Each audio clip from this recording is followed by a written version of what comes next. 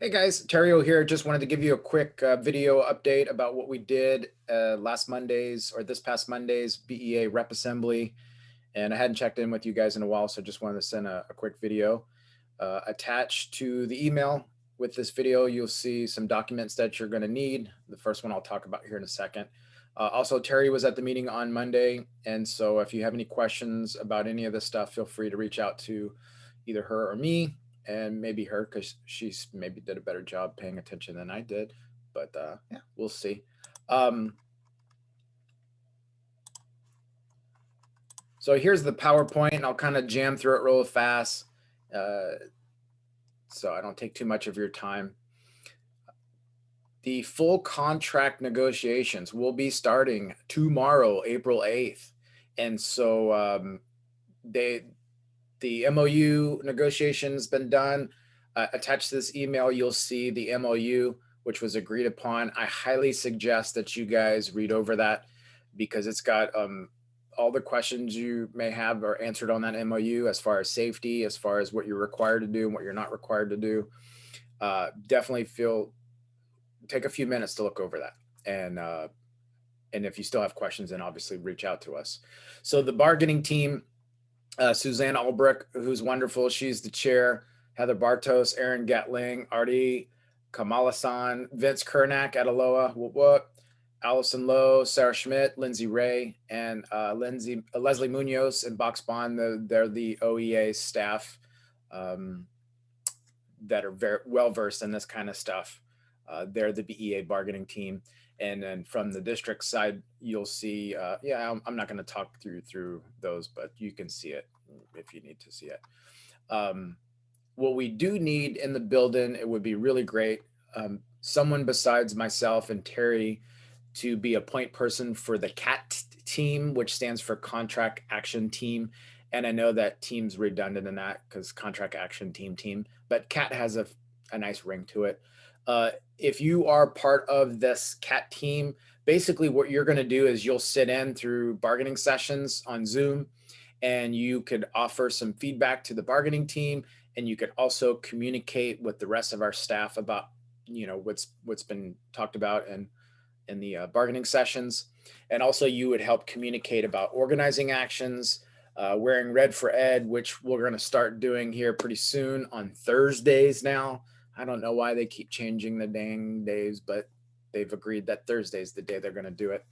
And should we need to organize outside of the building, show up at a meeting or something like that, the CAT team member will do that. So, gosh, it'd be wonderful if somebody in the building can step up with that.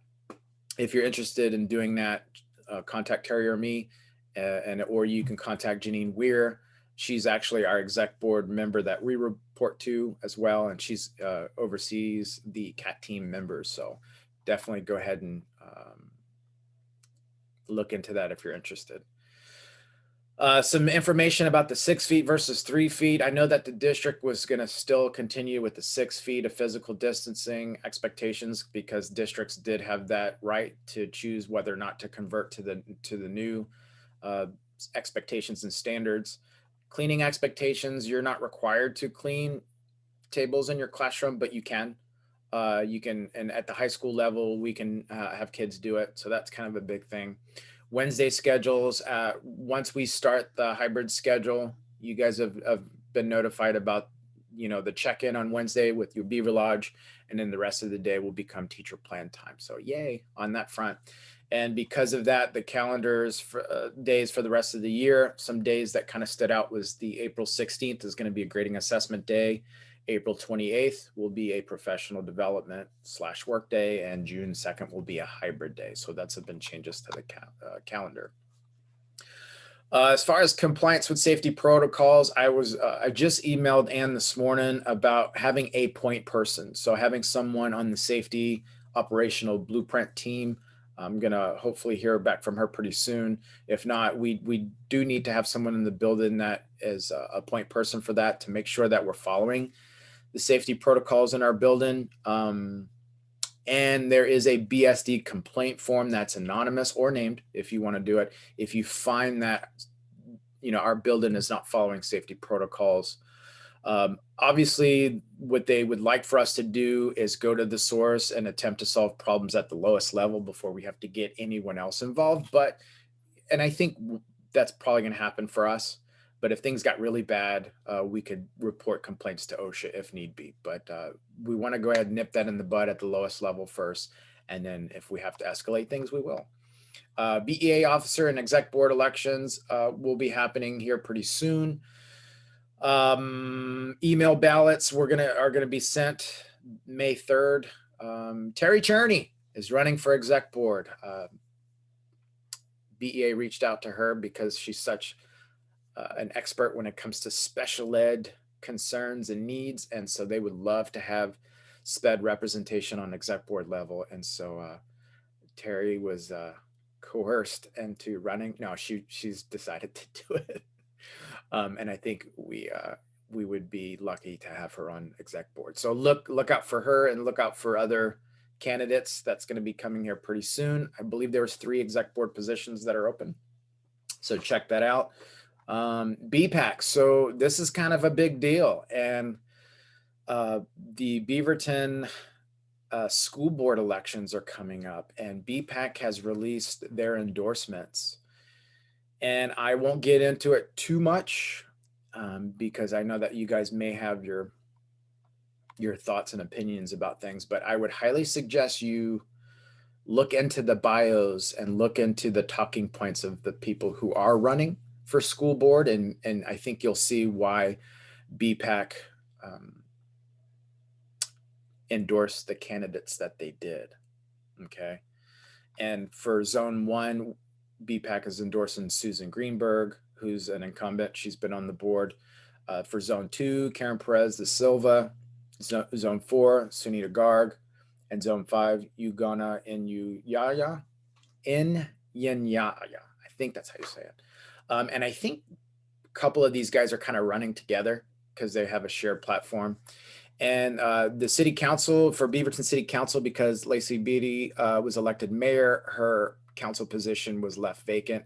And so BPAC is endorsing Ashley Hartmeyer Prigg. Okay. And so if you would like to volunteer for canvassing, calling, helping out to try to elect these school board candidates, let me know. There is lots of things you can do. There's this Google form here on the slideshow that you can access that's attached to this email if you want to help out. And if anything, just share on your personal social media if you want to promote these candidates. You're welcome to do that because that's I guess the least you can do. Bears J, which is short for the BEA Racial and Social Justice Task Force. There are some things in the motion, but the big thing is that they want to hold the district responsible to improving transparency and accountability for anti-racism in district systems and practices, especially when it comes to their hiring practices.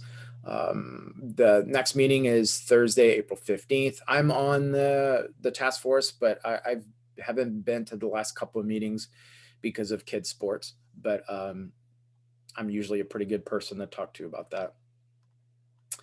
And then the BEA BSD Special Education Committee, always looking for relevant professional development.